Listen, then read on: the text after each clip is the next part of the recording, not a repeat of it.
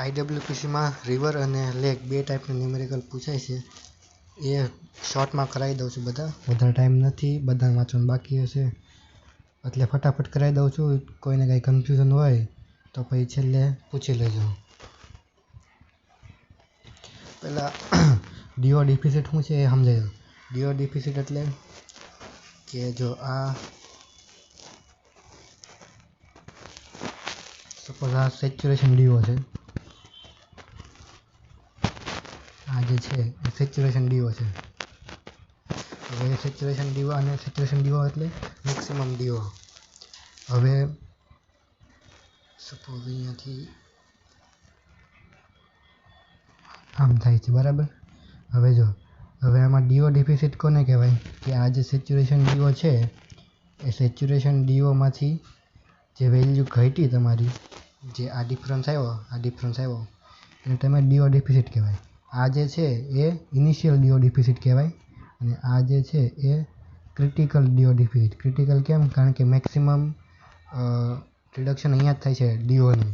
અહીંયા એકદમ ઓછો ડીઓ અહીંયા હશે, એટલા માટે આ જે છે એને ક્રિટિકલ ડીઓ ડિફિસિટ કહેવાય. આપણે એક્ઝામ્પલમાં આ પોઈન્ટ જ ફાઇન્ડ કરવાનો હશે કે ક્રિટિકલ ડીઓ ડિફિસિટ કેટલું છે એ.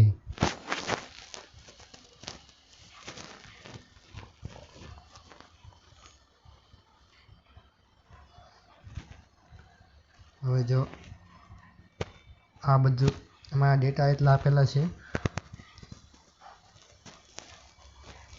ડેટા ક્યાં ક્યાં આપેલા છે તો કે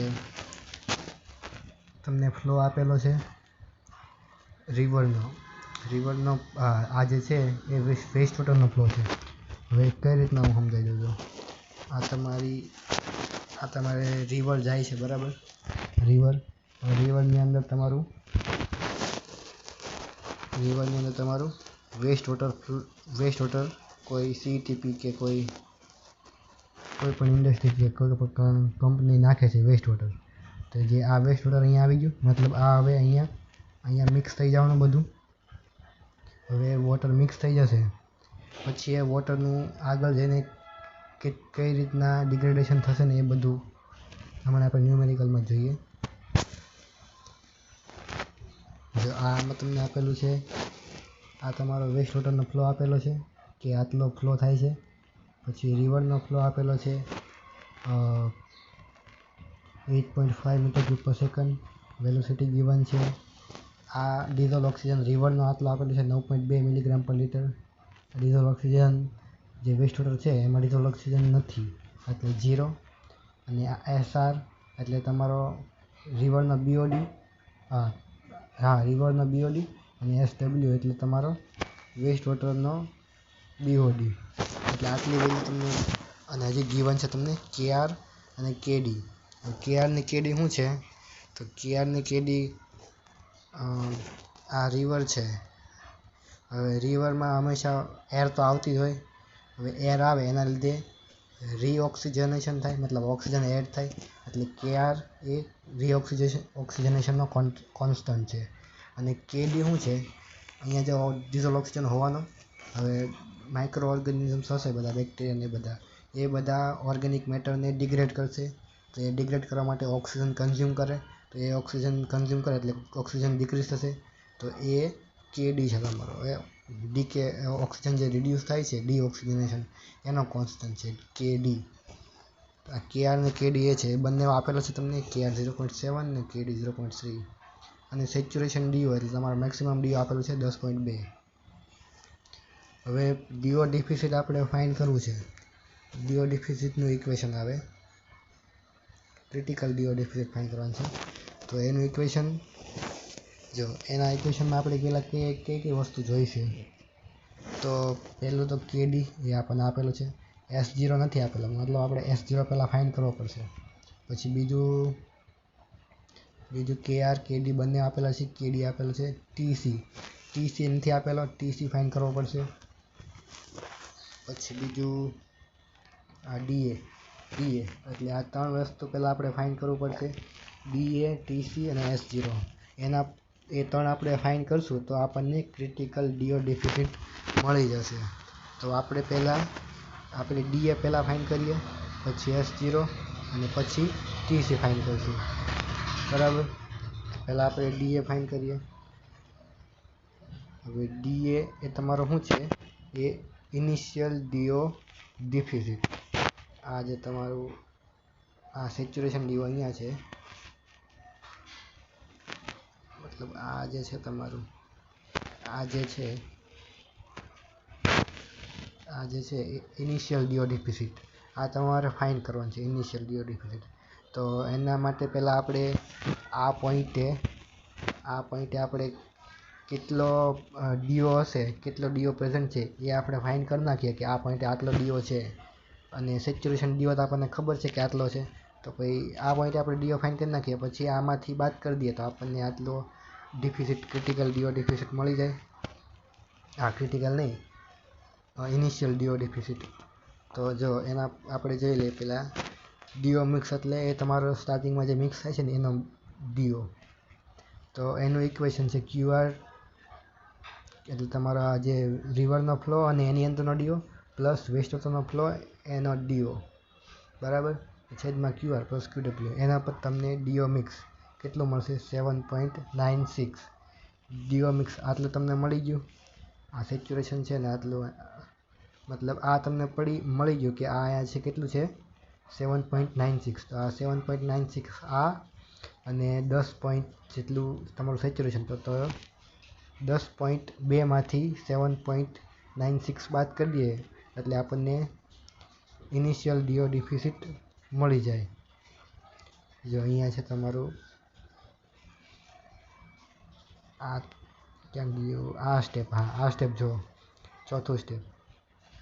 જો પહેલાં આપણે આ સ્ટેપ ઉપરથી ડીઓ મિક્સ ફાઇન કરી નાખ્યો કે 7.96 ઇનિશિયલ ડીઓ મિક્સ થઈ જશે વેસ્ટ વોટર ને રિવરનું વોટર, ત્યારે હશે ડીઓ 7.96 અને ઇનિશિયલ સેચ્યુરેશન ડીઓ હતો તમારો 10.2. હવે 10.2 માઇનસ 7.96 કરીએ એટલે તમને ઇનિશિયલ ડીઓ ડિફિસિટ મળી જાય, બરાબર. આ તમને ડીએ ઇનિશિયલ ડીઓ ડિફિસિટ મળી ગયો. હવે બીજું શું તમારે ફાઇન કરવાનું છે? S0. ડીએ તો મળી ગયું, આ તમે ડીએ ફાઇન કરી નાખ્યો. હવે S0 તમે કઈ રીતના ફાઇન કરશો? S0 માટે તમારે પહેલાં SA જોઈશે. જો આ S0નું આ SAનું ઇક્વેશન છે એના માટે, બરાબર, તમારે SA ફાઇન કરવો પડશે. હવે SA શું છે તમારો? જે ઇનિશિયલ બીઓડી જે મિક્સ થઈ ગયું, આ રિવર છે તમારી, આ રિવર છે અને આ વેસ્ટ વોટર ફ્લો થયું અંદર, આ મિક્સ થયું ત્યારે એમાં જે બીઓડી હશે ઇનિશિયલ એ આપણે ફાઇન કરવો પડશે પહેલાં. તો એ આપણે આના મદદથી ફાઇન કરશું. કઈ રીતના? તો એમાં જે પહેલાં રિવરનો ફ્લો QR અને એનું કોન્સન્ટ્રેશન બીઓડીનું SR પ્લસ વેસ્ટ વોટરનો ફ્લો અને એનું કોન્સન્ટ્રેશન SW છેદમાં QR પ્લસ QW. જેવી રીતના આમાં ડીઓ માટે કર્યું એવી રીતના આમાં બીઓડી માટે કર્યું. મિક્સ માટે જ છે, જ્યાં મિક્સ થયું ને ત્યાં. તો એના પર તમને મળશે 27.93.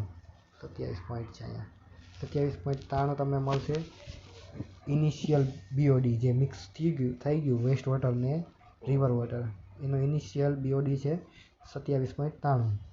હવે SA મળી ગયો. હવે કેડી છે તમારી પાસે ને ટી છે, ઈ છે અને એના પછી હવે ખાલી એક અનનોન ટર્મ એક જ બાકી રહી, S0. આપણે 5 ડે બીઓડી કરીએ છીએ એટલે T બરાબર 5 લઈ લેવાનું. એના પછી આપણને S0 મળી જશે. ખાલી S0નો કરતા બનાવીએ, બાકી બધી વેલ્યુ ગીવન છે, ખાલી પુટ કરવાની છે આમાં. એના પછી S0 મળી ગયો. તો હવે કામ થઈ ગયું તમને. હવે ખાલી એક બાકી, તમે પહેલાં DA ફાઇન કરી લીધો, પછી તમે S0 ફાઇન કરી લીધો. હવે છેલ્લે બાકી શું રહ્યું? TC શું છે તમારો? Critical time. ક્રિટિકલ ટાઈમ એટલે કયો તમારો? આ જે છે આ તમારો સેચ્યુરેશન ડીઓ, આ તમારો ક્રિટિકલ પોઈન્ટ છે, રાઈટ. આ જે છે તમારો એ ક્રિટિકલ ડીઓ ડિફિસિટ. તો અહીંયા જે ટાઈમ હશે, આ ડીઓનું કોન્સન્ટ્રેશન અને આ ડીઓ વર્સસ ટાઈમનો ગ્રાફ છે. સપોઝ અહીંયા 10 છે, અહીંયા કેટલું હતું 7.96 એટલે 8, બરાબર. એવી રીતના અહીંયા તમે સમજી લો કેટલું હશે, 3 જેટલું રાખીએ. સપોઝ 3 આવે તો તમારો ડીઓ શું કહેવાય, ડીઓ ડિફિસિટ જે ક્રિટિકલ પોઈન્ટે તમારો ડીઓ હશે 3 અને એનો ટાઈમ જેટલો હશે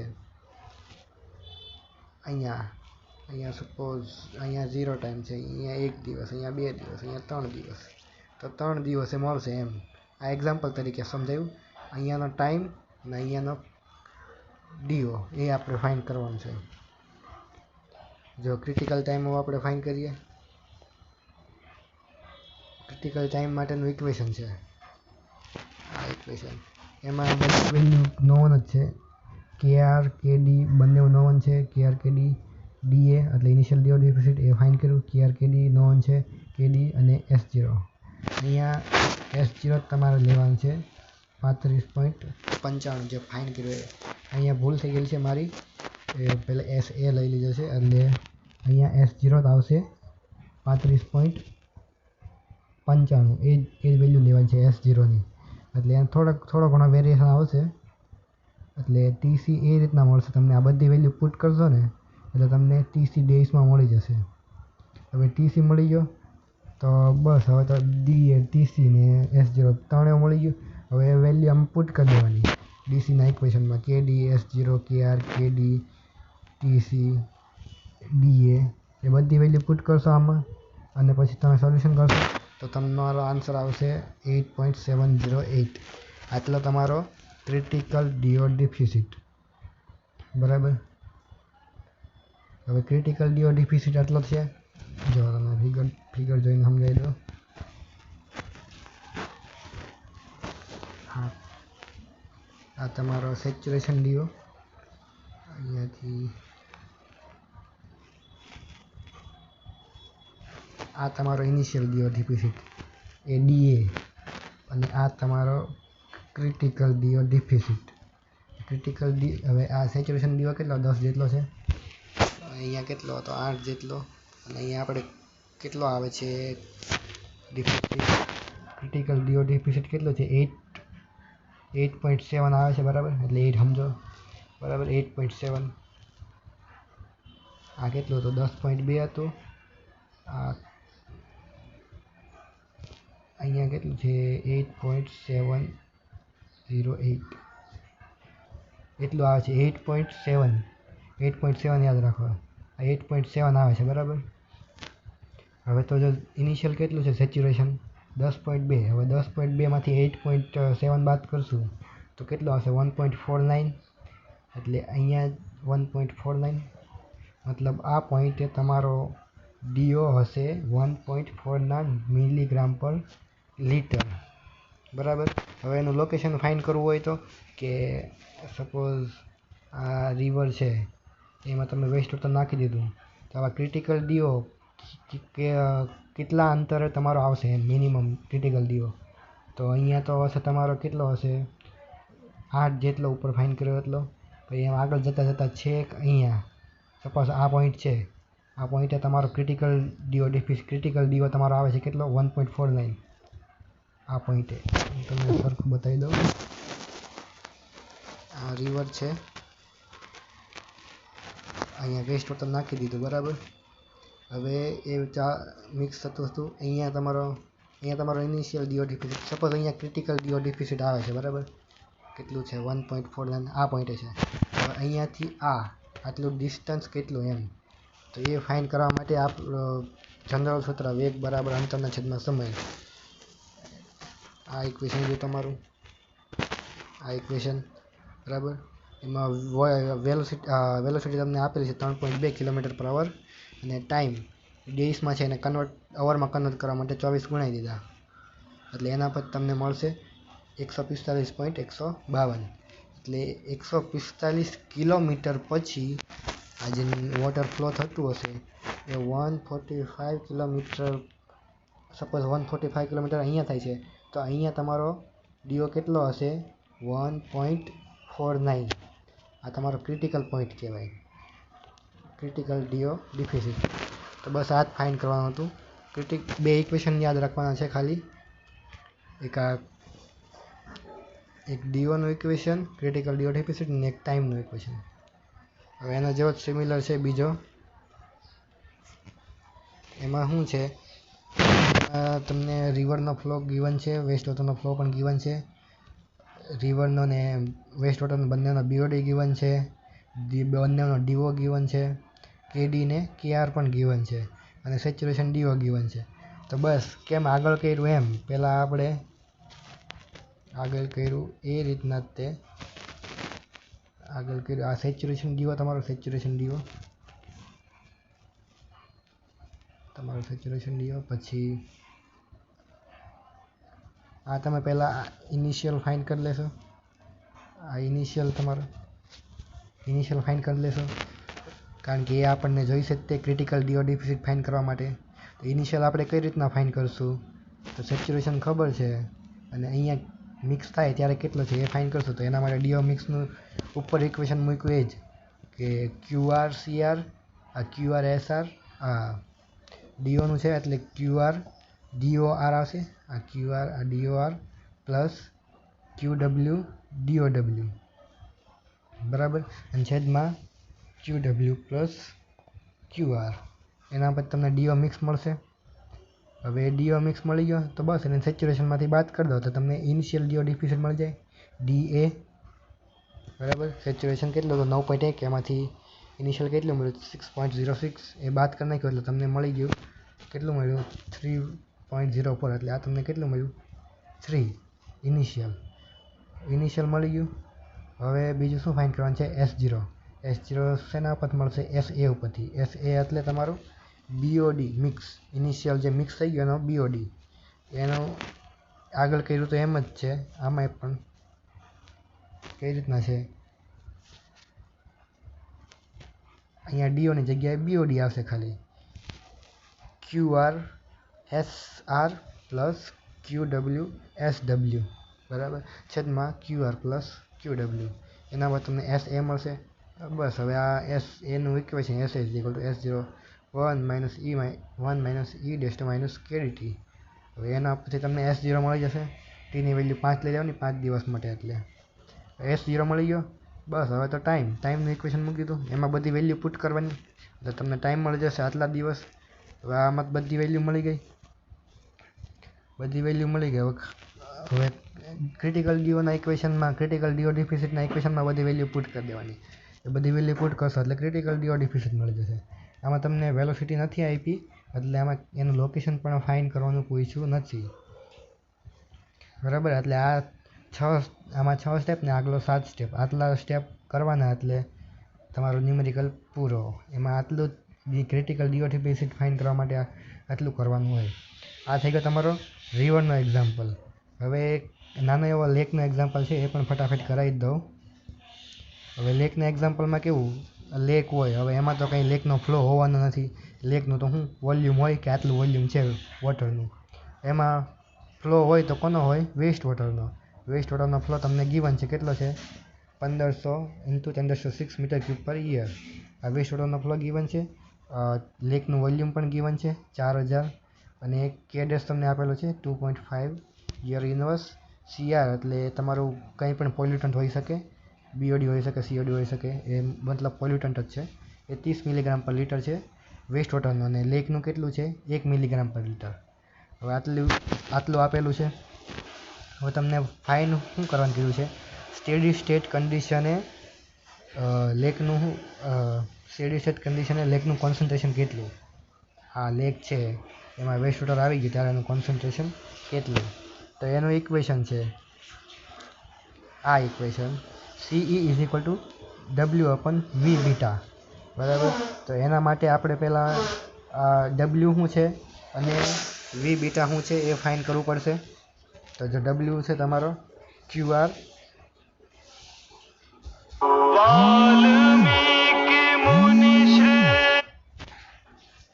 W છે તમારો શું છે QRCR અને બીટા એ છે તમારો 1/T0 પ્લસ KD K' છે. હવે એના માટે પહેલાં T0 આમાં અનનોન છે તો એ ફાઇન્ડ કરવો પડશે.